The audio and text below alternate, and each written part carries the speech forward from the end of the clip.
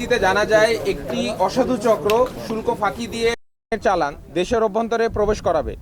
প্রাপ্ত তথ্যের ভিত্তিতে গত 22 আগস্ট শনিবার সন্ধ্যা 6টায় বিসিজি স্টেশন কক্সবাজার কর্তৃক কক্সবাজার বিমানবন্দর সংলগ্ন নতুন ফিশারিঘাট এলাকায় একটি বিশেষ অভিযান পরিচালনা করা হয়। অভিযান চলাকালীন উক্ত এলাকায় সন্দেহজনক একটি মোটরসাইকেলকে থামার সংকেত প্রদান করলে মোটরসাইকেলের আরোহীরা গতি বাড়িয়ে পালিয়ে যাওয়ার চেষ্টা করে। অতঃপর অভিযানিক দল ধাওয়া করে মোটরসাইকেল সহ 2 জনকে আটক করতে সক্ষম হয়। এ সময় তাদের কাছে থাকা একটি ব্যাগে তল্লাশি করে শুল্ক ফাঁকি দিয়ে আনা প্রায় 75 লক্ষ টাকা মূল্যের 31 ভরি স্বর্ণালঙ্কার, 4টি মোবাইল ফোন, নগদ 5,742 টাকা, সৌদি 10 রিয়াল ও 3টি আরবের এটিএম কার্ড জব্দ করা হয়। সৌদি আরবের এটিএম কার্ড জব্দ করা হয়। আটককৃত চোরাচালানকারীদের প্রাথমিক জিজ্ঞাসাবাদে জানা যায়, শুল্ক ফাঁকি দিয়ে বাজারে বিক্রয়ের উদ্দেশ্যে স্বর্ণের চোরাচালানটি দুবাই থেকে বিভিন্ন মাধ্যমে দেশে আনা হয়।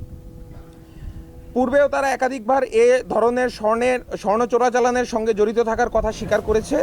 এ চোরাচালানের সঙ্গে সম্পৃক্ত অন্যান্য অসাধু ব্যবসায়ী ও সহযোগীদের শনাক্ত আটকের লক্ষ্যে বাংলাদেশ কোস্টগার্ড গোয়েন্দা নজরদারি এবং বিশেষ অভিযান অব্যাহত থাকবে।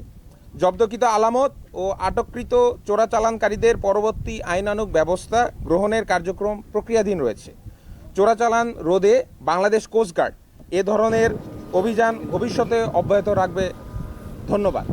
থাকে আমাদের যারা প্রবাসী যারা আছেন তাদেরকে বিভিন্ন প্রলুব্ধ দেখিয়ে তারা এই স্বর্ণের চোরাচালানটি শুল্ক ফাঁকি দিয়ে এরা নিয়ে আসেন এখানে। এটা হচ্ছে আমাদের প্রাথমিক যে এই চালানটি এসেছে এটা হচ্ছে দুবাই থেকে এসেছে। এটা কি না, তারা আগেও এর আগে পরিচালনা করে আছেন, এ প্রথম মানে তারা ধরা হয়েছেন। এর আগেও এরা মানে করে আসছেন, এটা তাদের হচ্ছে নিয়মিত আমাদের গোয়েন্দা নজরদারি চলমান আছে। আমাদের ভবিষ্যতে এরকম যদি চোরাচালানকারী থাকে আমরা ইনশাল্লাহ এদেরকে আটক করতে হব।